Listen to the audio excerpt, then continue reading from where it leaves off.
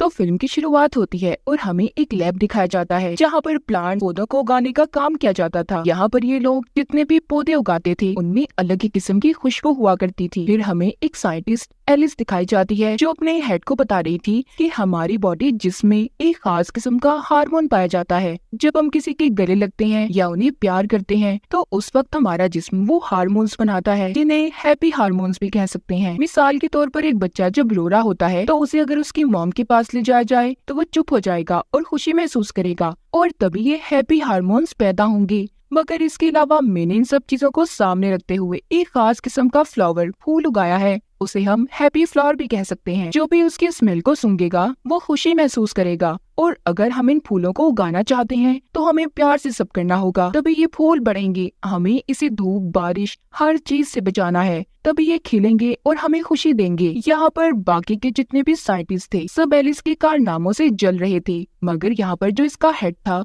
वो एलिस से कहता है ठीक है जल्दी तुम इस फूल को तैयार करो और अगर ये वैसे ही काम करेगा जैसा तुम हमें बता रही हो तो आने वाली अगली नुमाइश में हम तुम्हारे फूल को रखेंगे। एलिस का एक बेटा भी था, उसको डाइवोर्स हो चुकी थी, वो अपने बेटे के साथ अकेली रहा करती थी। उसका बेटा अक्सर स्कूल से एलिस के लैब में आ जाता था। जब वो लैब में बैठा था तो उसके पास एक साइंटिस्ट आता है जिसका नाम क्रिस था। वो आकर एलिस के बेटे से कहता है कि तुम्हारे रेड कलर के जूते तो बहुत प्यारे हैं, जिस पर एलिस का बेटा उसको शुक्रिया बोलता है। इतने में एलिस भी आ गई थी, जिसके बाद वो अपने बेटे को घर ले आती है। रात को दोनों मिलकर खाना खाते हैं। एलिस हमेशा अपने काम की वजह से बहुत ज्यादा मसरूफ रहा करती थी और अपने बेटे को सही से वक्त भी नहीं दे पाती, मगर फिर भी उसका बेटा उसे कुछ नहीं कहता था क्योंकि वो बहुत समझदार था। वो खाना खाते हुए एलिस से कहता है मॉम आपके लैब में जो साथ काम करता है जिसका नाम क्रिस है, मुझे लगता है वो आपको पसंद करता है, आपको उससे शादी कर लेनी चाहिए। ये सुनकर एलिस अपने बेटे की क्यूट सी बातों पर हंसने लगती है।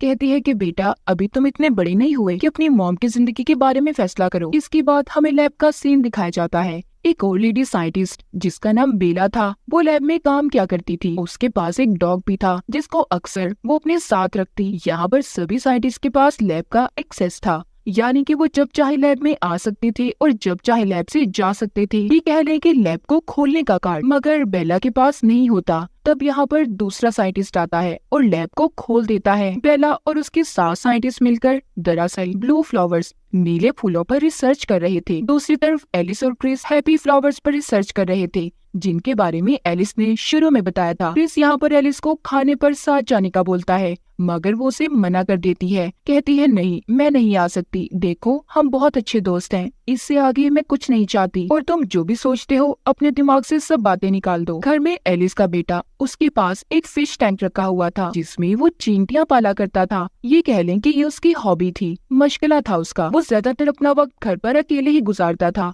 तो इसीलिए अजीब और अनोखे काम करने में उसे मजा आता था। एलिस घर आती है, वो जॉय के लिए हैप्पी फ्लावर लेकर आई थी। वो अपने बेटे को बताती है कि अगर तुम इसके साथ अच्छे से बात करोगे, इसका ख्याल रखोगे तो ये तुम्हें खुशी देगा। इसका नाम इसीलिए मैंने लिटिल जॉय रखा है, जो इस मूवी का नाम भी है। तो कहानी है लिटिल जॉय की, एक खतरनाक फूल की। एलिस के बेटे को अपनी मॉम की बातें पागलों वाली लग रही थी, मगर फिर भी वो उस फूल से बातें करने लगता है। लैब में दिखाया जाता है एलिस के फूलों के पास जो नीले रंग के फूल थे वो आधे से ज्यादा गल सड़ जाते हैं, मुरझा गए थे। यहाँ पर बेला कहती है ये सब एलिस के फूलों की वजह से हुआ है। जैसे जैसे वो खिलना शुरू हुए हैं तो उनका बुरा असर दूसरे फूलों पर पड़ रहा है जिस वजह से वो गल सड़ गए। एलिस कहती है नहीं मेरे फूलों की वजह से ऐसा कुछ नहीं हुआ, मैंने जो अपने फूल पर एक्सपेरिमेंट किया है वो सिर्फ एक ही फूल बनेगा, वो अपनी जैसे दूसरे फूल नहीं पैदा कर सकती। बेला कहती है क्या तुम कुदरत के निजाम को बदलना चाहती हो, मतलब तुम्हारा फूल अपने जैसा दूसरा फूल पैदा नहीं कर सकता, उसके तने नहीं निकलेंगे, अगर ऐसा है तो तुम्हारा फूल सबके लिए खतरा बन सकता है। एलिस कहती है नहीं ऐसा नहीं हो सकता, मैंने अपने फूल पर बहुत रिसर्च की है, कुछ भी गलत नहीं होगा। तब यहाँ पर इनका हेड कहता है ठीक है अगर ऐसा है तो जब तक ये बात साबित नहीं हो जाती हम सब लैब में मास्क पहनकर काम करेंगे ताकि किसी को भी एलिस के फूल की वजह से कोई नुकसान ना हो।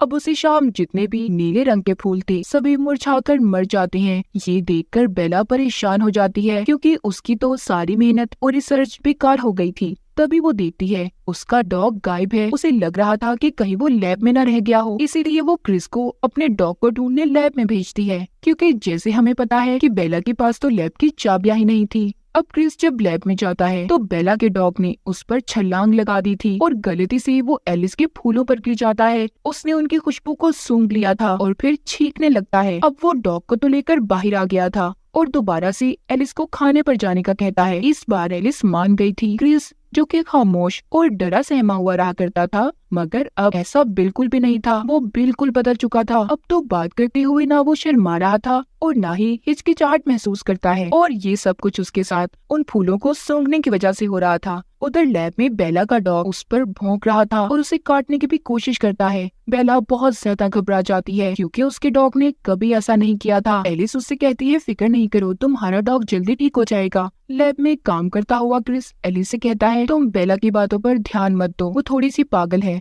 उसने इस काम से 1 साल की ब्रेक भी ली थी। दूसरी तरफ एलिस के घर में दिखाया जाता है उसका बेटा ज्यादातर अकेला रहा करता था, तो उसने फोन पर एक दोस्त बना ली थी। वो उससे मैसेज पर हर रोज बातें किया करता था। वो उसे अपने टैंक की तस्वीर भी दिखाता है जिसमें उसने चींटियां पाली हुई थी। मगर उस लड़की को एलिस का बेटा थोड़ा बोर लग रहा था, इसीलिए वो उसे मैसेज का जवाब नहीं देती। तभी उसके दिमाग में एक आइडिया आता है। वो उस हैप्पी फ्लावर यानी कि एलिस ने जो फूल बनाया था उसके साथ सेल्फी लेकर उस लड़की को भेजता है और उसे उस फूल की खासियत बताता है, जिसे सुनकर वो कहती है, ओह वाओ, मैं भी उस फूल को देखना चाहती हूँ। एलिस का बेटा उसके मैसेजेस से इतना खुश था, वो पास जाकर उस फूल को सूंघ लेता है जिससे उसे एलर्जी हो गई थी। जब एलिस उसकी मॉम घर पर आती है और अपने बेटे को खाने के लिए बुला रही थी, तो वो गुस्से में एलिस को जवाब देता है, मॉम मैंने नहीं खाना, मैं खा चुका हूँ, आप खाए जाकर। एलिस उसका ऐसा बिहेवियर बर्ताव देखकर थोड़ा परेशान हो जाती है क्योंकि उसके बेटे ने कभी भी उससे ऐसी बात नहीं की थी। तभी उसके दरवाजे की बेल बजती है। बाहर बेला थी। एलिस उसे देखकर थोड़ा परेशान हो गई थी क्योंकि क्रिस ने इसे बताया था कि वो थोड़ी सी पागल है। खैर एलिस उसे अपने घर अंदर आने का बोलती है। वो एलिस को बताती है कि मेरा डॉग मेरे बच्चे की तरह है, उसका बर्ताव कभी ऐसा नहीं हुआ जैसा आज वो पागलों की तरह कर रहा था। मुझे लगता है उसके साथ ये सब तब से हुआ है जब से उसने तुम्हारे फूल को सूंघा है। वो अपनी किताब दिखाते हुए एलिस को बताती है, देखो हमारे नाक के ऊपर वाले हिस्से में दिमाग का एक हिस्सा होता है जो हमारे मूड को अच्छा या बुरा लगता है। जैसे कि हम कुछ अच्छा सूंघते हैं, कोई खास किस्म की खुशबू, तो हमें खुशी महसूस होती है। तुम्हारा पौधा इन्फेक्शन फैला रहा है। एलिस कहती है, नहीं ऐसा नहीं है, मैं जानती हूँ आप ये सब जानबूझकर कर रही हैं, आप मेरी रिसर्च को बर्बाद करना चाहती हैं। वो कहती है, नहीं ऐसा नहीं है, और तुम क्रिस को ही देख लो जो तुम्हारी टीम में काम करता है। वो पहले कितना खामोश रहा करता था, अब कितना बदल चुका है। और अगर तुमने मेरे समझाने के बाद भी इन फूलों की प्रोडक्शन को ना रोका, बहुत कुछ गलत हो सकता है। फिर सारा इल्जाम तुम पर आएगा एलिस, सब तुमसे सवाल करेंगे। बेला तो इतनी बात समझाकर चली गई थी। एलिस को अब उन फूलों पर शक होने लगता है। वो सोचती है कि कहीं उसके बेटे का रवैया बर्ताव इसी वजह से तो नहीं बदला। अगले दिन लैब का हेड इसको डांटता है क्योंकि उसने बगैर किसी इजाजत के उन हैप्पी फ्लावर्स का दूसरा बैच उगाना शुरू कर दिया था। हेड कहता है कि इस फूल से क्या निकलता है, वायरस या कुछ और, हम नहीं जानते, और ऐसी हालत में तुमने और फूल उगाना शुरू कर दिए। एलिस कहती है कि मैंने ये एक हैप्पी फ्लावर अपने बेटे को भी दिया था, उसे तो कुछ नहीं हुआ। ये सुनकर तो हेड और ज्यादा भड़क गया था। वो कहता है, ऐसा क्यों किया तुमने, ये असूलों के खिलाफ है। लैब की कोई भी चीज तुम बाहर लेकर नहीं जा सकती, और वो भी तब जब तुम्हारा ये प्रोजेक्ट पास भी नहीं हुआ है। एलिस यहाँ पर अपनी ही तरफ से बातें करने लगती है क्योंकि वो किसी भी कीमत पर नहीं चाहती थी कि उसकी ये रिसर्च बेकार हो जाए। वो कहती है कि हमारे जैसे फूल और लैब भी बनाने की कोशिश कर रहे हैं, और अगर उन्होंने हमसे पहले ये काम कर लिया तो उनका बहुत फायदा होगा और हम तो पीछे ही रह जाएंगे। खैर उसकी बातें सुनकर सब खामोश हो गई थी। बाहर आकर वो क्रिस को डांटती है कि तुमने मेरी इजाजत के बगैर और फूल क्यों उगाए। वो कहता है कि मैं भी तो अपने लैब का और सबका फायदा सोच रहा हूँ, तुम्हारी तरह। एलिस जब घर आती है तो उसका हस्बैंड अपने बेटे को छोड़ने घर आया था। दरअसल उसका बेटा अपने डैड के साथ कुछ दिन के लिए रहने के लिए गया हुआ था। एलिस का हस्बैंड कहता है, मुझे लगता है कि तुम मेरे बेटे का ठीक से ख्याल नहीं रखती हो और सारा दिन अपनी रिसर्च में गुजार देती हो। वो बिल्कुल बदल चुका है, वो तो मुझे मेरा बेटा ही नहीं लग रहा। एलिस अब सोचने लगी थी कि क्या वाकई उसके बेटे पर इस फूल को सूंघने की वजह से ऐसा असर हुआ है। खैर अगले दिन लैब में दिखाया जाता है। एलिस उन सब लोगों की वीडियोस देख रही थी जिन पर इस फूल को टेस्ट किया गया था। एक लड़की अपने इंटरव्यू में बताती है कि उस फूल को सूंघकर मैं बहुत अच्छा महसूस कर रही हूँ, ऐसा लगता है कि मैं बड़ी हो गई हूँ, हर फैसले अपने खुद कर सकती हूँ। उस लड़की की मॉम कहती है कि ये अपने आप को कुछ ज्यादा ही बड़ा महसूस कर रही है। वो बताती है कि मेरी बेटी पहले ऐसी बिल्कुल भी नहीं थी और इसी बीच वीडियो कट हो जाती है। ये सब बातें सुनकर एलिस परेशान हो गई थी। वो घर आकर सोचने लगी थी। वो सोचती है क्या मेरा बेटा, बेला का डॉग और क्रिस सब इस फूल की वजह से बदले हैं? या मेरे हस्बैंड की बात सच है जो उसने मेरे बेटे के बारे में कही? रात को एलिस जब सो रही थी तो उसका बेटा उसके पास से लैब की चाबियां चुराकर अपनी दोस्त के साथ लैब के अंदर आ गया था। वो जानता था कि जिस टाइम वो जा रहा है उस टाइम कैमरा उन फूलों पर नहीं होगा। वो अपनी दोस्त को लैब के अंदर ले गया था और अंदर जाकर दोनों उन फूलों को सूंघने लगते हैं, जिससे उनके अंदर बड़े होने की फीलिंग्स आ गई थी। वो खुद को समझ रही थी कि वो बहुत ज्यादा बड़े हो चुके हैं, मगर अचानक से कैमरे का रुख इनकी तरफ हो जाता है। वो दोनों एक टेबल के नीचे छुप गए थे। अगली सुबह जब लैब की वीडियो देखी जा रही थी तो एलिस और उसकी टीम देखती है कि एक फूल गायब है। तभी एलिस की नजर वीडियो में रेड कलर के जूतों पर पड़ती है। वो समझ गई थी कि फूल यहाँ से उसके बेटे ने चुराया है। वहाँ पर बेला उसको पेन ड्राइव देती है जिसमें उन लोगों की वो सारी वीडियोस थी जिन पर इस फूल को टेस्ट किया गया था। बेला कहती है देखो इस वीडियो को पूरा देखना, अभी भी देर नहीं हुई। एलिस जब उन वीडियोस को देखती है तो उसे पता चलता है कि वो लोग तो उन हैप्पी फ्लावर्स के बारे में अच्छा बोल रहे थे जिन पर उसे टेस्ट किया गया था, मगर उनके घर वाले बताते हैं कि उस फूल को सूंघने के बाद इनका बिहेवियर बर्ताव बिल्कुल बदल चुका है। इसी बीच एलिस देखती है कि उसका बेटा अपनी दोस्त को घर ले आया था और अपने कमरे में ले जाता है। एलिस जब उसके कमरे में जाती है तो वो लड़की कहती है कि हम यहाँ पर पढ़ाई करने वाले हैं। वो बिल्कुल ऐसे बात कर रही थी जैसे कोई बड़ी उम्र की लड़की बात कर रही हो। वो उन दोनों को खाने पर बुलाती है। खाना खाते हुए एलिस अपने बेटे से पूछती है कि उस दिन तुम लैब में क्यों गए थे? इस बात पर उसका बेटा जवाब देता है जाहिर है आपको तो टाइम नहीं मिलता मेरे लिए। वो एलिस से बहुत उखड़ा उखड़ा लग रहा था। वो कहता है कि इसलिए मैंने ये फैसला किया है कि अब मैं अपने डैड के पास रहूंगा। वो अपनी दोस्त को लेकर जाने लगता है। जब एलिस उसको रोक रही थी तो वो अपनी मॉम को धक्का देता है जिससे एलिस की नाक से खून आने लगा था। वो कहता है ओह मॉम आपको चोट लग गई है, मैं अभी प्लास्टर लेकर आता हूँ।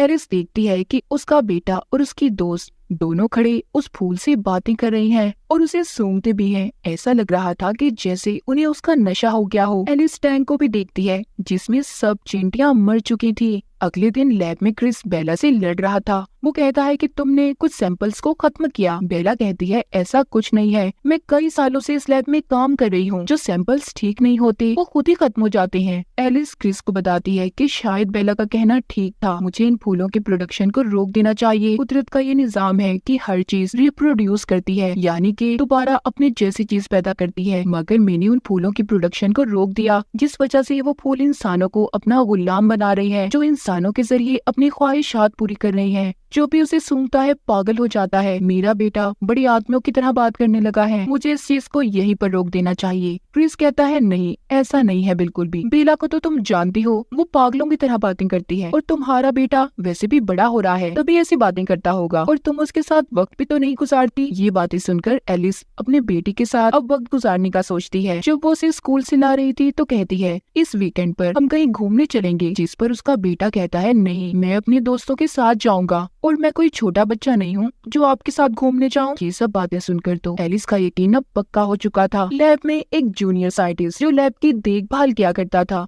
वो आकर बेला को बताता है कि मेरी दोस्त का एक्सीडेंट हो गया है, तो आज रात के लिए आप इस लैब का ख्याल रखें। वो बेला को चाबियां देकर चला जाता है। रात को बेला जब वो एलिस के फूलों को पानी दे रही थी तो कई सारे फूल खिलने लगे थे। फूलों की खुशबू हर तरफ फैल चुकी थी। बेला ने नाक पर मास्क पहना हुआ था। वो जल्दी से बाहर जाने की कोशिश करती है मगर नहीं जा पाती। सुबह को दिखाया जाता है कि एलिस जब लैब में आती है तो बेला उससे बहुत ज्यादा हंसकर बातें कर रही थी। वो कहती है ओ सॉरी एलिस, मैंने तुम्हारे फूलों को बुरा भला कहा। दरअसल मुझे दिमागी कमजोरी है ना, बस इस वजह से ऐसा हो गया। असल में तो उनमें कोई खराबी नहीं है, मैं उन फूलों की वजह से बहुत खुश हूँ। तुमने सही उनका नाम रखा है हैप्पी फ्लावर्स। एलिस को उसकी बातें सुनकर यकीन हो चुका था कि वो फूल कोई खुशी नहीं देता बल्कि इंसान के दिमाग को उलट पलट कर रख देता है। एलिस अब एक दिमाग के डॉक्टर के पास जाती है जहाँ पर वो उसे अपने बारे में और अपने बेटे के बारे में बताती है। डॉक्टर कहती है कि नहीं ऐसा नहीं है, वो एक फूल ऐसा कैसे कर सकता है। तुम्हारा बेटा बड़ा हो रहा है इसीलिए उसका बर्ताव तुम्हारे साथ बदला बदला है। तुम टेंशन नहीं लो, सब ठीक हो जाएगा। एलिस जब घर आती है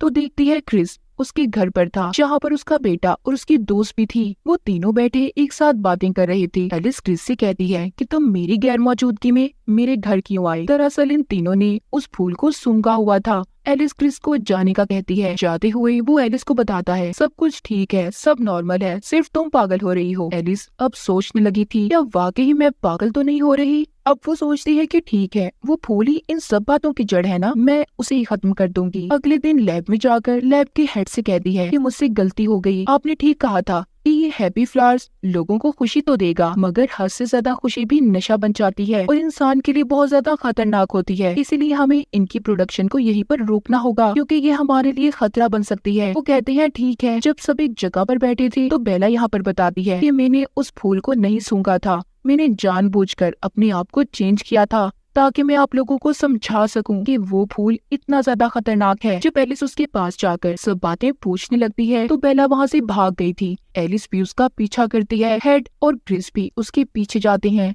पर जब वो उसे पकड़ने वाले थे तो वो सीढ़ियों से नीचे गिर गई थी और मर जाती है। सब ये सोच रहे थे कि शायद उसने जानबूझकर कूदकर अपनी जान दे दी। क्रिस और हेड आकर जब एलिस को बताते हैं तो उसे उनकी बातों पर यकीन नहीं आ रहा था कि बेला ने खुद अपनी जान दे दी। बाद में एक मीटिंग बुलाई जाती है। जो हेड उन फूलों की इतना खिलाफ था यहाँ पर बदल जाता है। वो कहता है उन फूलों की वजह से बेला की मौत नहीं हुई, मैंने खुद उन्हें सूंघा है और बहुत खुशी महसूस कर रहा हूँ और हमें जल्द ही उसे नुमाइश के लिए तैयार करना होगा। ये सब बातें सुनकर एलिस हैरान हो गई थी। वो जान चुकी थी कि सब उस फूल के नशे में है। वो रात को जाकर वहाँ का टेम्परेचर कम करती है जहाँ पर फूलों को रखा गया था। जब क्रिस आकर उससे चाबियां मांगता है ताकि वो टेम्परेचर को तेज कर सके, मगर एलिस उसे चाबियां देने से मना कर देती है। तभी वो चाबियां छीनने की कोशिश करता है और उसके सर में कुछ मारकर उसे बेहोश कर दिया था। वो टेम्परेचर को हाई कर देता है और जाते हुए उसने एलिस के मुंह से मास्क को भी हटा दिया था, जिससे टेम्परेचर हाई होने की वजह से वहाँ पर फूल खिलने लगते हैं। उनकी स्मेल हर जगह पर फैल गई थी और वो एलिस भी अब सूंघ लेती है। जब सुबह होती है तो हेड काफी खुश था। वो बताता है एलिस तुम्हारे फूल को नुमाइश में ले जाने की इजाजत मिल गई है। सब सोच रहे थे कि ये सुनकर एलिस खुश नहीं होगी, मगर वो भी खुश हो जाती है क्योंकि ये नहीं जानते थे कि उस फूल का नशा अब एलिस पर भी हो चुका था। उसने अपने बेटे को भी उसके डैड के पास छोड़ दिया था और आखिर में अपनी दिमाग की डॉक्टर के पास जाती है और कहती है कि आपने ठीक कहा था, सब कुछ ठीक हो चुका है। अब वो क्रिस के साथ भी घुल मिल चुकी थी। जाते हुए हम डॉक्टर के क्लिनिक में भी उस हैप्पी फ्लावर को देखते हैं। डॉक्टर का असिस्टेंट उसे सूंघ कर कहता है क्या फूल बनाया है आपकी कंपनी ने। दिल खुश हो गया, इतनी खुशी देता है कभी सोचा नहीं था।